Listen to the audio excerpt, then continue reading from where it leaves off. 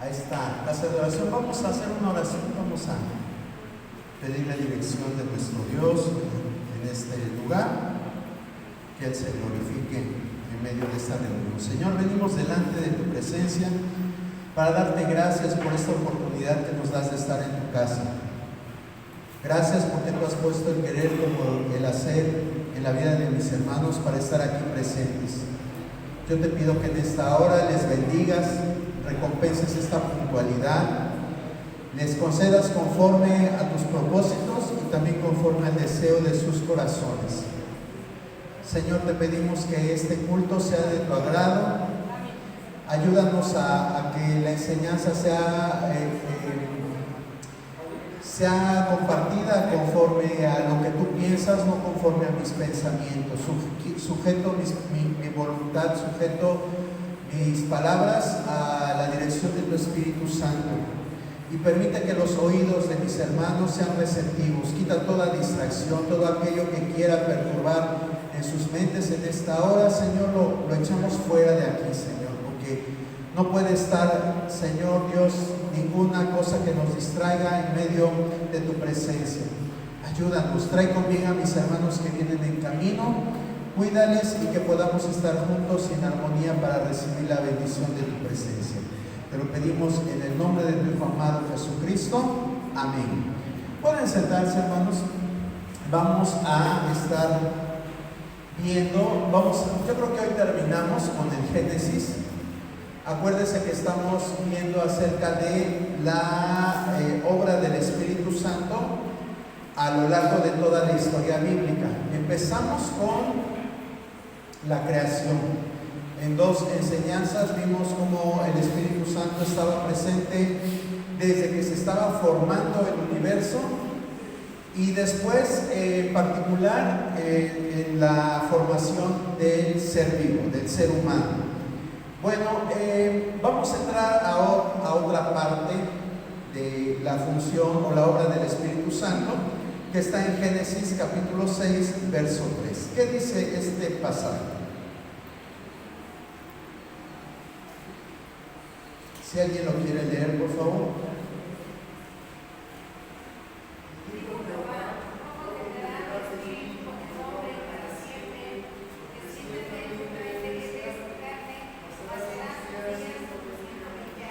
Gracias, hermano Arturo y hermana Lidia. Bueno, aquí estamos viendo, después de la creación, cómo el Espíritu Santo es nombrado de nuevo en esta historia que vamos a tratar de ver aquí. Dice la palabra, dijo Jehová, dice, no contenderá mi espíritu con el hombre. Vuelve a aparecer el espíritu, como les decía. Ya el hombre se había empezado a multiplicar sobre la tierra. Ya Adán y Eva habían tenido a sus primeros hijos, a Caín, a Abel, a Set, y se empezaron a multiplicar. Vemos que hay una genealogía donde menciona los nombres de esas descendencias, de esas generaciones, como eran generaciones de muy longevas, de muchos años de vida, y cómo a pesar de que cuando se menciona al tercer hijo de Adán y Eva, de acuerdo a la Biblia, que empezaron a invocar el nombre de Dios, pero a pesar de que empezaron a invocar el nombre de Dios, no dejó de haber contaminación en medio de ellos. ¿Por qué no dejó de haber contaminación? Porque a partir de la caída, a partir del pecado original, el ser humano quedó con esa naturaleza pecaminosa. ¿Qué es la naturaleza pecaminosa? La naturaleza pecaminosa es esa tendencia que tenemos todos los seres humanos a hacer lo malo. Esa es nuestra naturaleza pecaminosa. Antes de la caída, y me estoy refiriendo a la caída como al acto del primer pecado, antes de la caída el ser humano vivía en armonía con Dios. Había una relación íntima entre Dios y su creación. Sin embargo, a partir de este evento pecaminoso, sufrió toda la creación. No tan solo fue el hecho de que Adán y Eva hayan comido un fruto prohibido, sino todo lo que se vino después de esto, ¿sí? Nosotros quizás no lo percibimos, o el ser humano, yo creo que fue, a pesar de que Dios le impuso unas ciertas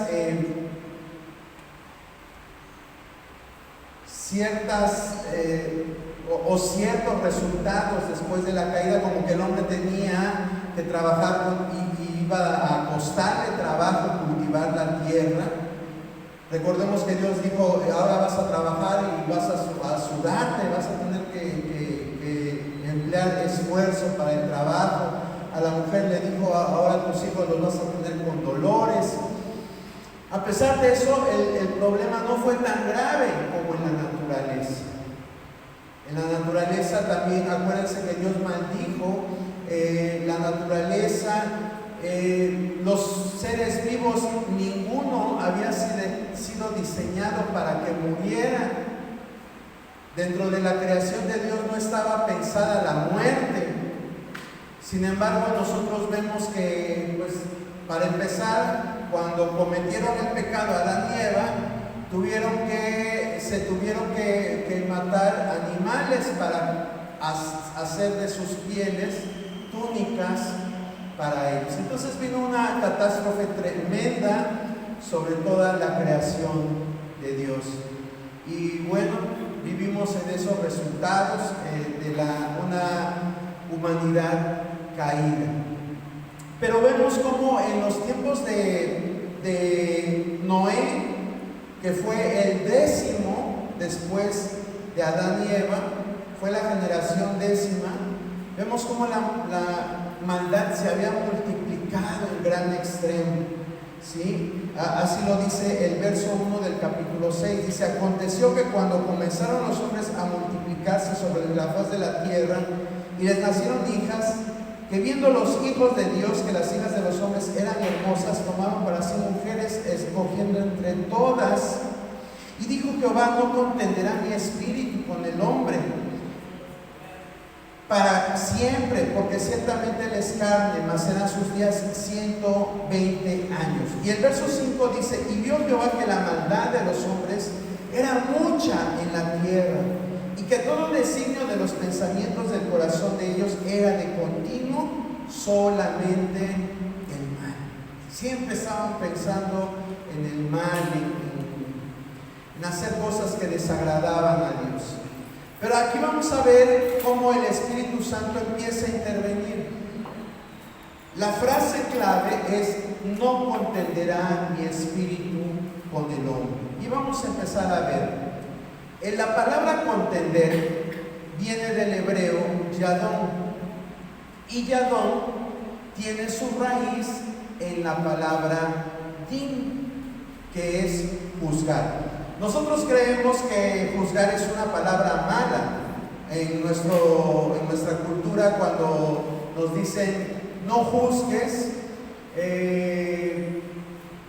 lo asociamos con algo malo, una persona criticona, una persona que te está viendo tus defectos.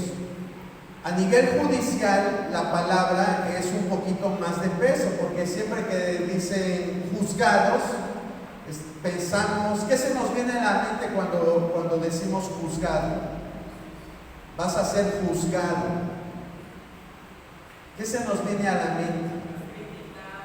¿Mande? Criticar, no, pero en el sentido judicial. Por ejemplo, te llega un citatorio y te dicen: te tienes que presentar en tal juzgado. Lo tomas así como con mucha alegría y ¡ay, tengo que ir al juzgado! Porque lo tomamos así. No, ¿verdad? Así como que hasta nos tiemblan las piernitas, o se nos enfrían los dedos, o damos, como dicen, se nos seca la boca. ¿Por qué? Porque asociamos un juicio o el juzgar con algo malo. Sin embargo, vamos a ver que en la palabra de Dios no tiene tanto esa connotación. O bueno, en este caso de este pasaje no se refiere al juzgar en el aspecto de de actuar secundario a una acción mala, vamos a llamarlo así. Vamos a ver que el juzgar denota 4 cosas o se interpreta de 4 formas.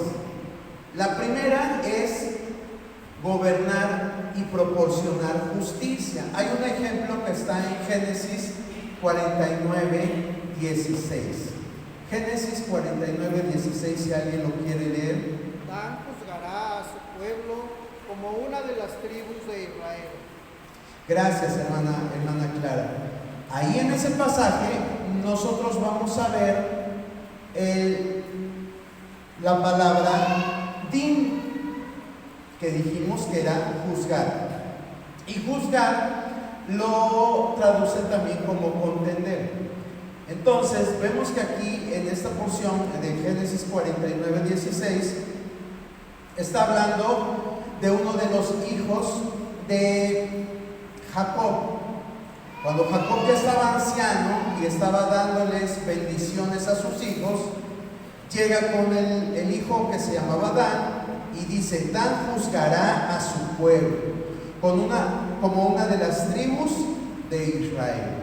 Y bueno, eso se cumplió en la persona o en la figura de Sansón. Usted sabe que Sansón fue un juez de Israel y pertenecía a la tribu de Dan. Fue un juez. Bueno, pues ahí la palabra juez también podríamos anotarla como contender. Pero aquí el sentido de justicia no se refiere a castigar, sino de impartir a cada quien lo que merece. A eso es a lo que se refiere el término de justicia y de gobierno. Todos quisiéramos un gobierno así, que el gobierno le diera a cada quien lo que se merece. Generalmente los gobiernos a veces dan lo que se merece a los malos cuando hay un gobierno justo, pero pocas veces se le da a la gente que hace algo el reconocimiento debido. Sin embargo, la palabra de Dios, que es justa, dice que el gobernar a través del juicio proporciona justicia. Vamos a ver el segundo punto, que es discutir o entablar una demanda, como está el ejemplo en Isaías 3:13. Jehová está en pie para litigar y está para juzgar a los pueblos. Dice Jehová, gracias José Alfredo, Jehová está en pie para litigar, ¿verdad? Aquí vemos esta palabra que también es de carácter judicial y que se usa precisamente en estas esferas de la justicia, el litigar. Es decir, está para conceder juicio justo a todas las personas. Y vemos aquí cómo dice que Jehová es el que está litigando. Una vez más se los voy a leer. Dice: Jehová está en pie para litigar y está para juzgar a los pueblos. Cuando usted vea que se menciona que Jehová está en pie, quiere decir que Él está presto. La frase o el hebraísmo estar en pie significa que Él está ya dispuesto a hacer la acción que se menciona, en este caso, litigar. Si Jehová está en pie para litigar y está para juzgar a los pueblos. La tercera interpretación de contender se refiere a abogar a favor de los necesitados. Esto ya es una connotación como que más de misericordia. Jeremías 5:28, ¿qué dice? Se engordaron y se pusieron desgrosos y sobrepasaron los hechos del malo, no juzgaron la causa del huérfano, con todo se hicieron prósperos y la causa de los pobres no juzgaron.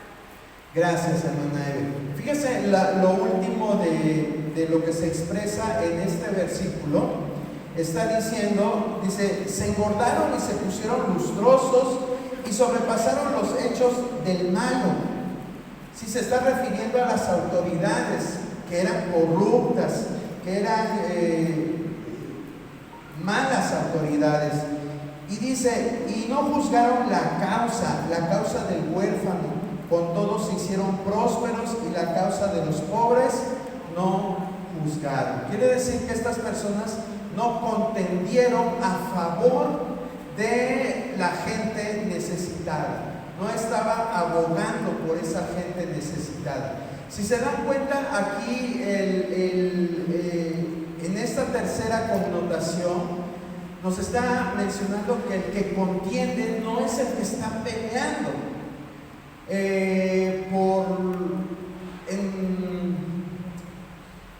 en el sentido de inculpar a alguien, sino que está contendiendo, pero a favor de los necesitados. Sí, es como en un juicio siempre hay un fiscal y un abogado defensor. Y nosotros pensamos que el que contiende siempre va a ser el fiscal. Pero también el abogado defensor contiende para rescatar a la persona que se está juzgando. Eso es lo que hace también el Espíritu Santo. Y finalmente la cuarta parte denota defender o vindicar. Génesis 36, ¿qué dice? Dijo entonces Raquel, me puso Dios y también oyó mi voz y me dio un hijo, por tanto llamó su nombre Dan. Gracias, hermano José Alfredo. Aquí estamos viendo que Raquel, la mujer de Jacob, está expresando cómo Dios es justo. Dice, dijo entonces Raquel, me juzgó Dios y también oyó mi voz y me dio un hijo, por tanto llamó su nombre Dan. ¿Sí? Aquí estamos viendo cómo está la respuesta de Dios en justicia, defendiendo y vindicando a esta mujer. Entonces, cuando nosotros leemos que Génesis 6:3 dice que Él no contenderá para siempre su espíritu, lo podemos también nosotros interpretar como no responderá por el ser humano o no protegerá al ser humano. Eso es lo que estaba haciendo el Espíritu Santo. A pesar de que la gente era mala, el Espíritu Santo estaba clamando a favor de esa gente mala, de esa gente que estaba siempre haciendo lo malo. Pero llegó un límite en el que dijo, ya no contenderá mi espíritu con esta gente, ya no va a haber más plazo, les voy a dar 120 años y si en esos 120 años no pasa nada, entonces va a venir juicio sobre ellos. Hay personas que piensan que Dios es malo porque en el Antiguo Testamento vemos cómo Dios llevaba a su pueblo a empezar batallas, a empezar guerras, y en esas guerras pues moría mucha gente, y siempre la gente que no estudia la palabra dice, es que Dios, ¿cómo es posible que haya permitido tantas masacres? Incluso hay gente que dice, es que el Dios del Antiguo Testamento no es el mismo que del Nuevo, porque el del Nuevo Testamento es un Dios amoroso, es un Dios misericordioso, y el del Antiguo Testamento es un Dios despiadado. Pero si nosotros vemos realmente el mover o el sentir de Dios, siempre Dios era un Dios, como Moisés lo describe, lento para la ira y grande en misericordia. Esta gente que dice la palabra que siempre estaban de continuo haciendo lo malo, Dios dice, les voy a dar 120 años para que se arrepientan. Voy a levantar a este hombre que yo, en medio de toda esta gente mala, veo que es el único justo. Y ese hombre era Noé. Dice la palabra que Noé halló gracia delante de Dios. Y aunque en Génesis no nos dice que Noé les haya predicado a esta generación, nosotros vemos en las epístolas de Pedro cómo lo describe este apóstol Pedro como un pregonero de justicia. Quiere decir que lo que Pedro estaba haciendo el arca, en lo que Pedro estaba trabajando en lo que Dios le había pedido que hiciera, también estaba haciendo labor evangelística.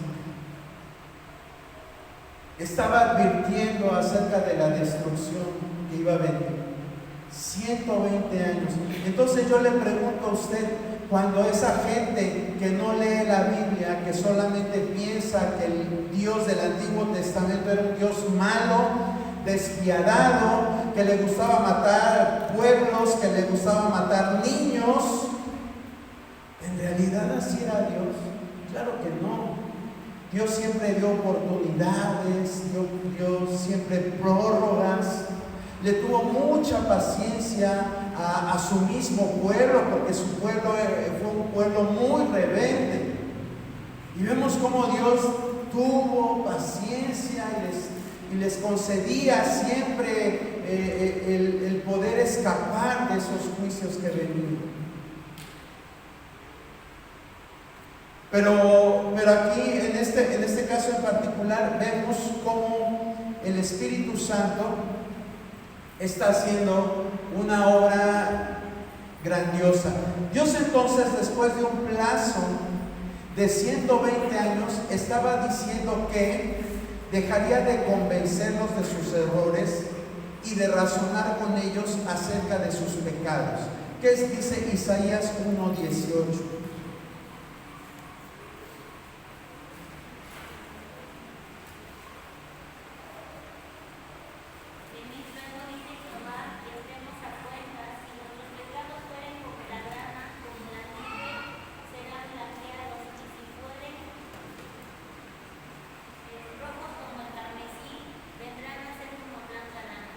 Gracias, hermana Cari. Vean cuál era el propósito de Dios. El propósito de Dios no era destruir a la gente. El propósito de Dios, como dice Ezequiel, no era exterminar por exterminar. El propósito de Dios era salvarlos. Por eso es que Isaías escribe, dice, venid luego. Dice Jehová, no Isaías, dice Jehová, ponte a cuentas. Si tus pecados fueran como la grana, es decir, si tus pecados son tan grandes, tan escandalosos, tan vergonzosos, dice aquí que van a ser emblanquecidos como la nieve. Y si fueran rojos como el carmesí, van a ser como blanca lana.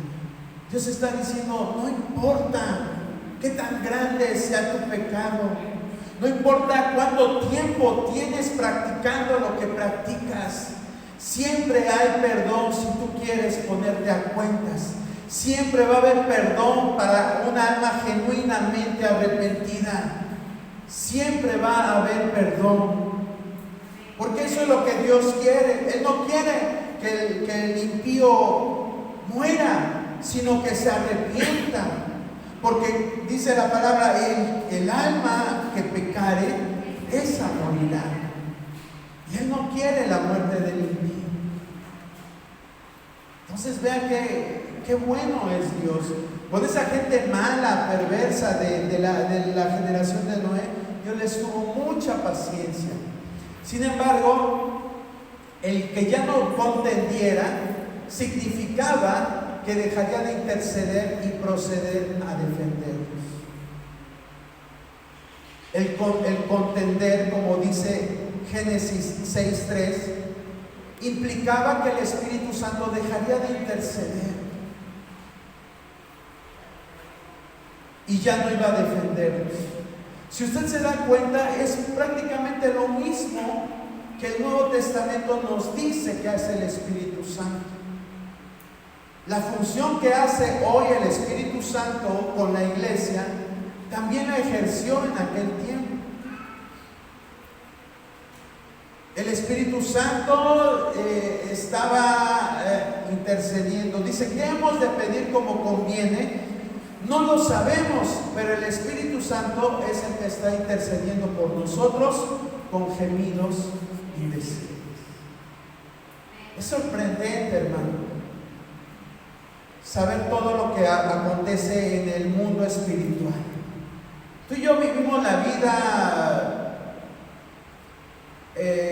siempre viendo lo que está enfrente de nosotros, pues somos humanos, somos carne, pero en el ámbito espiritual se mueven muchas cosas.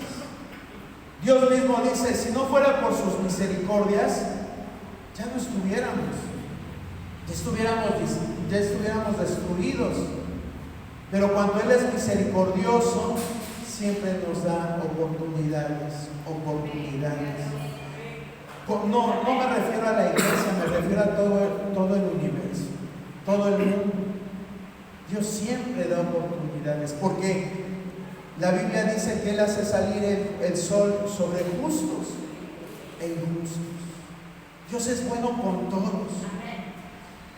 Entonces vemos que también al dejar el Espíritu Santo de contender, dejaría de actuar como su abogado defensor y auxiliar. Y finalmente, al dejar el Espíritu Santo de contender, ya no se comprometería a contener las consecuencias del pecado. Y esto es gravísimo, hermano. Eso es cuando, en una frase muy propia de nuestra cultura, dice, cuando ya te tienen hasta el gorro, ya no soportas. Bueno, yo creo que el Espíritu Santo no es que lo tengamos hasta el gorro, pero todo tiene su límite. Y eso fue lo que pasó con esa generación de Noé. Ya lo tenían, ¿qué le puedo decir? Desesperado, no puede ser desesperado, pero cansado, exactamente. Ya lo tenían cansado. Porque dice que siempre sus pensamientos eran para hacer lo malo. Entonces Dios dijo, ya no voy a dejar que el Espíritu Santo contienda ni con la gente, haciéndoles ver su error, motivándolos a que se arrepintieran. Ya no voy a dejar que el Espíritu Santo contienda con ellos, pero tampoco conmigo. Ya no voy a permitir que su intercesión produzca misericordia en esta gente. Y entonces sabemos lo que sucedió. Vino juicio, vino destrucción. Sabemos lo que pasó en ese diluvio. Dice que a la verdad solamente, ¿cuántas personas se salvaron? 8 personas. 8 personas se salvan. Y bueno, nosotros vemos que lo que está narrado en Génesis capítulo 6 es un principio de nuestra vida espiritual. Es un principio, y vamos a ver unas citas. Todas estas citas que están ahí en esta diapositiva nos hablan de lo mismo. Nos hablan de lo mismo. Vamos a leerlas con atención, haciendo referencia a la frase, no contenderá mi espíritu más. Contender no va a defendernos más, no va a ayudarlos más, no va a detener el juicio contra ellos. Eso era lo que hacía en su contención el Espíritu Santo. Yo quiero que se imagine al Espíritu Santo como que está Dios dispuesto a actuar en contra de la maldad, y el Espíritu Santo está enfrente. Imagínenselo extendiendo sus brazos e impidiendo que el juicio venga sobre los que están atrás de él. Y está pidiendo, dales otra oportunidad. Aún no, concédeles una oportunidad más. Eso es contender. Eso es defender, eso es lo que el Espíritu Santo estaba haciendo con esta gente. Pero Dios dijo, ya no voy a dejar que el Espíritu Santo siga haciendo esta función. Proverbios 1, 24 a 32, ¿qué dice? Por cuanto llamé y no quisiste oír, extendí mi mano y no hubo quien atendiese, sino que desechasteis todo consejo mío y mi reprensión no quisisteis. También yo me reiré en vuestra calamidad y me burlaré cuando os viniere lo que teméis. Cuando viniere como una destrucción lo que teméis y vuestra calamidad llegare como un torbellino, cuando sobre vosotros viene tribulación y angustia, entonces me llamarán y no responderé. Me buscarán de mañana y no me hallarán, por cuanto aborrecieron la sabiduría y no escogieron el temor de Jehová, ni quisieron mi consejo y menospreciaron toda reprensión mía. Comerán del fruto de su camino y serán hastiados de sus propios consejos, porque el desvío de los ignorantes los matará y la prosperidad de los necios los echará a perder. Mas el que me oyere habitará confiadamente y vivirá tranquilo sin temor del mal. Gracias, hermana Clara. Qué tremenda palabra, ¿verdad? Generalmente proverbios lo asociamos con dichos bonitos, con sabios consejos, pero esta palabra es dura. ¿Qué entendemos de esta palabra? Alguien que diga, a ver, yo entendí esto. ¿Sí pusieron atención o sí leyeron? Que cuando el ser humano, le buscare por angustia, por dolor, por lo que sea, Dios no lo iba a escuchar, sino que lo iba ya no a hacerle caso, como decimos, y que lo iba a buscar en sus tiempos de dolor, de angustia, pero que él ya no iba a hacer caso. ¿Pero por qué eran ese tiempo de dolor? Porque A ver, hermano Jaime. Porque desechamos todo conocimiento. Bueno, yo lo que voy a poner el ejemplo es como cuando uno tiene un niño o un hijo, una hija, y está haciendo lo mismo, y ya no lo hagas, porque te va a pasar esto, y llega un momento en que ya uno se choca y dice, ¿sabes qué haces? Pues ya, si te pegas, si te caes, pues ya. Entonces, acá da a entender que Dios ya había llegado a ese punto, que había tenido tanta paciencia que, ¿sabes qué? Pues, ¿quieres eso? Órale, ahí está. Y por eso hasta dice, cuando venga la calamidad, yo me reiré. O sea, suena muy duro, pero así. Sí, exactamente. La palabra que está aquí en Proverbios es muy descriptiva. Dice, me burlaré cuando os viniere lo que temes. Dice, me voy a reír de ustedes. Dice, entonces me llamarán y no les responderé. Me buscarán de mañana y no me hallarán. ¿Y por qué estos pasajes? ¿Porque Dios era malo? No, la respuesta es, dice, por cuanto aborrecieron la sabiduría y no escogieron el temor de Jehová.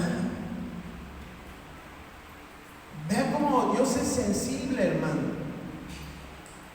Yo espero que nadie de aquí sea una persona obstinada en incurrir en hacer lo malo. Pero yo creo que todos conocemos gente obstinada que aunque se le ha dicho no lo hagas, parece que les están diciendo hazlo, ¿verdad? De hecho, parece que es la conducta de todos los seres humanos. Entre más te dicen que no hagas algo, ay, lo estás haciendo. Pero la palabra de Dios nos quiere redireccionar a actuar con sabiduría, a hacer lo bueno.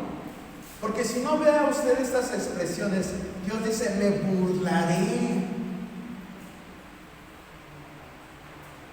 Me llamarán y no voy a responder. Qué tremendo. Y no solamente en Proverbios aparece. Vea usted lo que dice en Salmos 2:5. Levantarán los reyes de la tierra y príncipes consultarán unidos contra Jehová y contra su ungido, diciendo, rompamos sus ligaduras y echemos de nosotros sus cuerdas. El que mora en los cielos se reirá, el Señor se burlará de ellos. Luego hablará a ellos en su furor y los turbará con su ira. Gracias, hermana Clara. Aquí vemos también cómo Dios está hablando, ¿verdad?, de la gente obstinada, la gente necia, la gente terca. Dicen, rompamos las ligaduras, es decir, rompamos como hay cristianos que escuchan la palabra de Dios y Dios está hablando al corazón y nos está diciendo, no hagan esto, pero ahí persistimos en hacerlo. Persistimos en hacerlo. Dios nos dice, no cometas adulterio, pero es que es más sabroso adulterar, es más sabroso tener un segundo frente. Y ahí seguimos, a pesar de que la palabra nos está diciendo que no hagamos eso, preferimos, como dice la palabra, romper las ligaduras que obedecer a Dios. Y dice acá que entonces, cuando venga la calamidad, Dios se burlará de esa gente. Dios se burlará. Cuando no entendemos. Isaías 1:15, ¿qué dice? Cuando extendáis vuestras manos, yo esconderé de vosotros mis ojos. Asimismo, cuando multipliquéis la oración, yo no oiré. Llenas están de sangre vuestras manos. Qué tremendo, hermano, qué tremendo es. La generación de Isaías quería cumplir todos los ritos. Había fiesta de luna nueva y ahí estaban. Estaban en el Sabbat y levantando las manos y glorificando a Dios y cantando sus cantos. Pues sí, ¿verdad? Cantando cantos.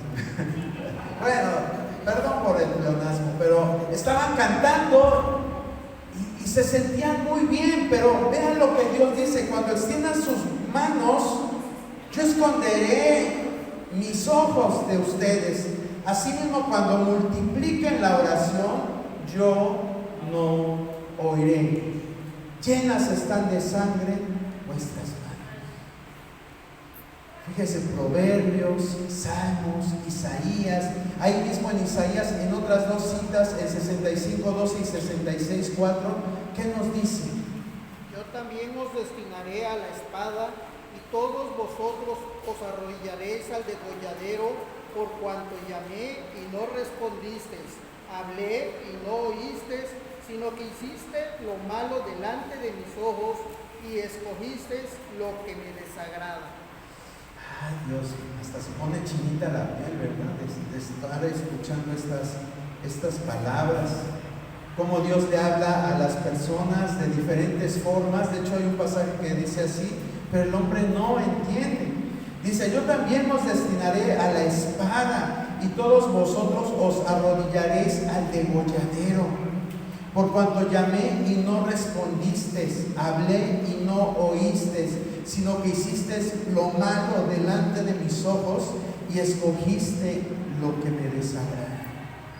Qué triste es saber hacer lo bueno y no hacerlo. Eso es lo que está diciendo la palabra. Saben hacer lo bueno y no lo hacen. ¿Y sabes qué? Hacer lo bueno no es que lo sepas porque vas al templo. Hacer lo bueno no es porque hayas crecido en una familia acomodada o de muchos principios. ¿Sabes qué? Hacer lo bueno es hacerle caso a esa voz que Dios puso dentro de ti. Hace la vez que vimos cómo Dios formaba el Espíritu en nosotros, dijimos que algo característico del Espíritu de Dios es que Dios puso su ley en nuestros corazones, como dice la Biblia. Dios puso su ley en nuestros corazones. Y esa ley es la que nos dice cuando hacemos algo bueno o algo malo. Cuando Caín mata a Abel, ¿qué hizo? Se escondió de la presencia de Dios. Y cuando dice: Caín, ¿dónde está tu hermano Abel? ¿Cómo le responde Caín? ¿Acaso yo soy el cuidador de mi hermano? Porque él sabía por esa ley que estaba en su corazón que había cometido algo malo. No fue que fue a la iglesia y ahí le dijeron, no fue que sus padres le dijeron, sino que él ya sabía que lo que había hecho era algo malo. Así cada uno de los seres humanos tenemos ese código, tenemos esa ley en nuestro corazón. Nadie puede decir, es que nadie me lo dijo, porque ahí está esa ley. Simplemente que a veces la gente repite y repite y repite tanto una conducta, un hábito, una acción, que después se hace algo propio y ya no distingues entre el bien y el mal. Eso es tener la mente cauterizada, como dice la Biblia. Cuando ya no sabes distinguir entre el bien y el mal, o haces lo malo y para ti es algo indiferente. Dios nos libre de vivir así. Pero aquí nosotros vemos que Dios a esas personas obstinadas las va a dejar un día a su suerte. ¿Qué dice 66:4? También yo escogeré para ellos escarnios y traeré sobre ellos lo que temieron, porque llamé y nadie respondió, hablé y no oyeron, sino que hicieron lo malo delante de mis ojos y escogieron lo que me desagrada. Bien parecido a lo que está en los demás pasajes que hemos visto. ¿Qué dice Jeremías? Bueno, vamos a brincarnos la de Jeremías 7:8-20 porque son varios versos. Vamos a irnos a la de Zacarías 7:11 al 14.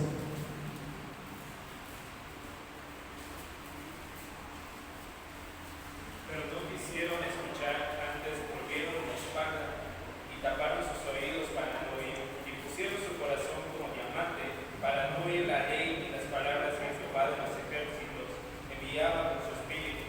Por medio de las profetas, primero vino, por tanto, gran enojo de parte de Jehová de los ejércitos, que aconteció que así como el Hasta ahí, Freddy. Gracias.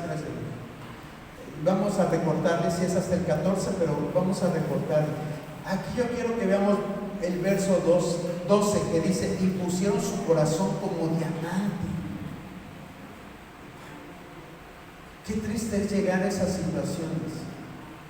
Cuando, no sé si han ustedes tratado con personas que les haces ver sus errores y lejos de que lo acepten o lo tomen a bien, se enojan y hasta te dejan de hablar.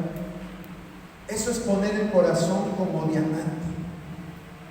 Cuando lejos de aceptar que estás fallando, te enojas, te indignas. Y vean las tristes consecuencias que vienen de esas actitudes. Y finalmente Hebreos 10:26 al 30.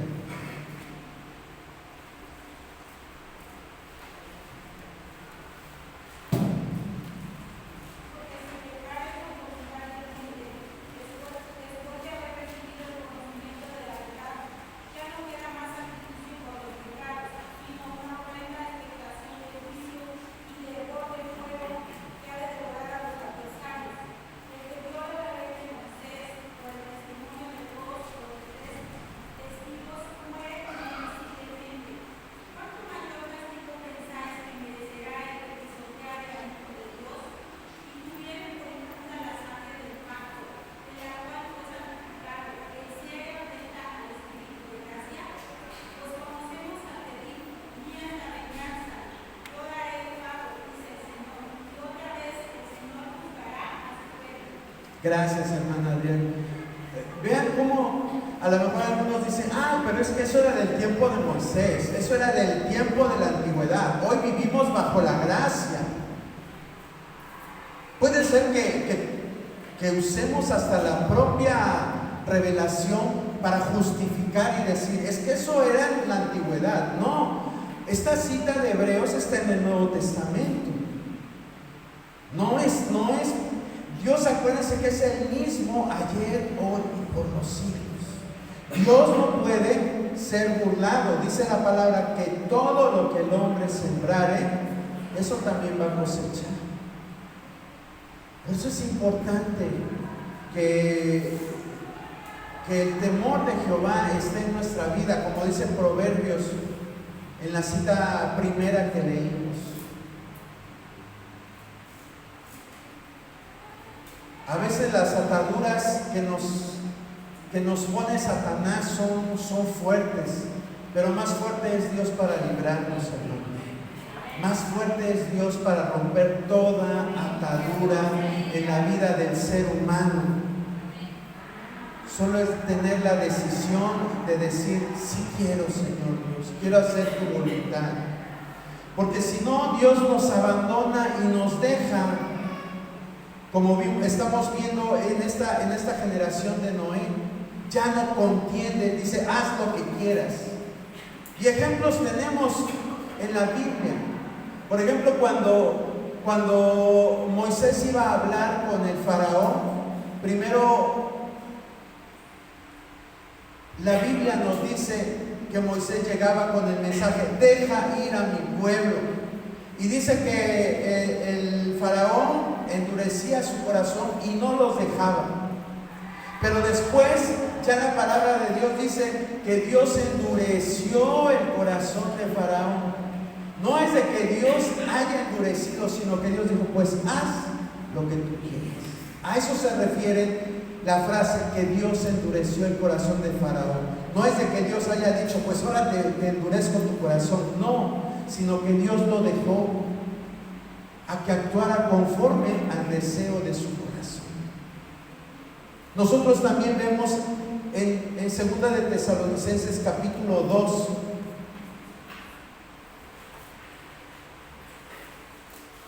Segunda de Tesalonicenses 2, 11 y 12. ¿Qué dice? Es algo parecido a lo que pasó con Faraón. Si alguien lo quiere leer, por favor. Por esto Dios les envía un poder engañoso para que crean la mentira, a fin de que sean condenados todos los que no creyeron a la verdad, sino que se complacieron en la injusticia. Gracias, hermana Clara. ¿Se da cuenta? Cuando la gente no entiende, dice que Dios los deja. Dice, por eso Dios les envía un poder engañoso para que crean la mentira. Y diría uno, ay, qué malo es Dios, les envía un espíritu engañoso para confundir a la gente. No, Dios no es malo. Pero cuando la gente persiste en hacer lo malo, Dios los deja. Primero está el espíritu redarguyéndote, oye, hoy había reunión y preferiste irte a hacer esto, que no es de acuerdo a la voluntad de Dios. Es un ejemplo, ¿verdad? Pero ¿cuántas veces así pasa? Hasta con grandes hombres de Dios, y no me refiero a hombres de Dios del pasado, de nuestro tiempo. ¿Cuántos siervos han caído? Y caen no porque la semana pasada pecaron, sino que ya tenían un largo historial haciendo cosas que desagradaban a Dios. Pero llega el día en que Dios dice, ¿sabes qué? Ahí te dejo. ¿Te gusta a ti revolcarte en el fango? Pues ahí sigue. Eso es lo que nos está tratando de decir 2 de Tesalonicenses 2. Dice, por esto Dios les envía un poder engañoso para que crean a la mentira, a fin de que sean condenados todos los que no creyeron a la verdad. Dirían, yo sé que Dios quiere en realidad que la gente se pierda. No, la Biblia es muy clara, dice, Él no quiere que nadie perezca, sino que todos procedan al arrepentimiento. Pero cuando la gente es obstinada, es necia, es rebelde, es terca, Dios dice, pues adelante, haz lo que tú quieras. Haz lo que tú quieras. Y los deja. Y vea cuál es el destino de estas personas: ser condenados porque se deleitaron más en la injusticia. Qué tremendo es esto, hermano. Es esto.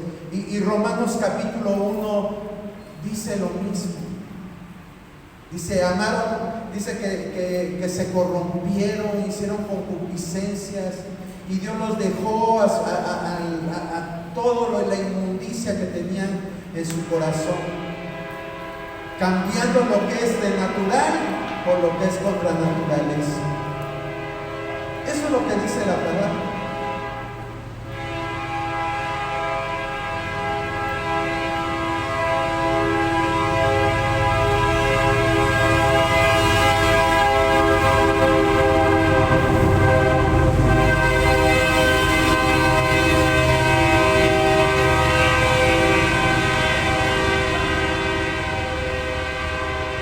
Pero en realidad no es que Dios sea malo, no es que haya endurecido a propósito o porque le cayera mal el faraón.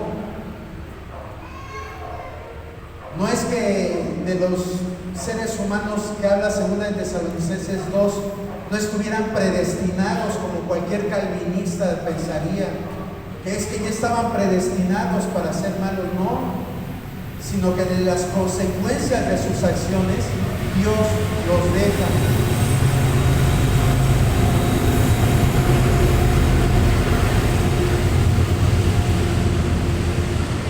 Y bueno, hay una ley que todos la conocemos que dice que la paga del pecado es muerte. La paga del pecado es muerte. Cuando una persona persiste en hacer lo malo, cuando una persona sigue haciendo cosas malas, tarde o temprano va a venir destrucción sobre esa persona. Vienen calamidades sobre esa persona. Yo espero que aquí nadie tenga esta situación en su vida, pero si la hay, es tiempo de arrepentirnos. Es tiempo de arrepentirnos. Como dice Isaías 1:15, dice Jehová, venid y estemos a cuentas. A lo mejor lo has intentado una, otra y otra vez y no has podido. No has podido. Pero yo creo que Dios extiende su misericordia sobre tu vida. Si le dices, ayúdame Señor, porque en mis fuerzas yo no puedo dejar esto. Pero en tus fuerzas yo creo que sí. Y el Espíritu Santo va a venir a tratar en tu vida. La palabra de Dios dice que no contristemos al Espíritu Santo. Y contristarlo es precisamente eso. Cuando ya dejamos de escuchar esa voz que nos dice no lo hagas. Cuando ya no sientes pena en hacerlo. Cuando ya no buscas a Dios. Todo esto nos está indicando que nuestro corazón, como dice Zacarías, ya se volvió como un diamante. Pero Dios lo puede volver a suavizar. Dios lo puede volver a suavizar. Porque Dios es bueno, hermano. Dios es misericordioso. Vamos a orar en esta hora.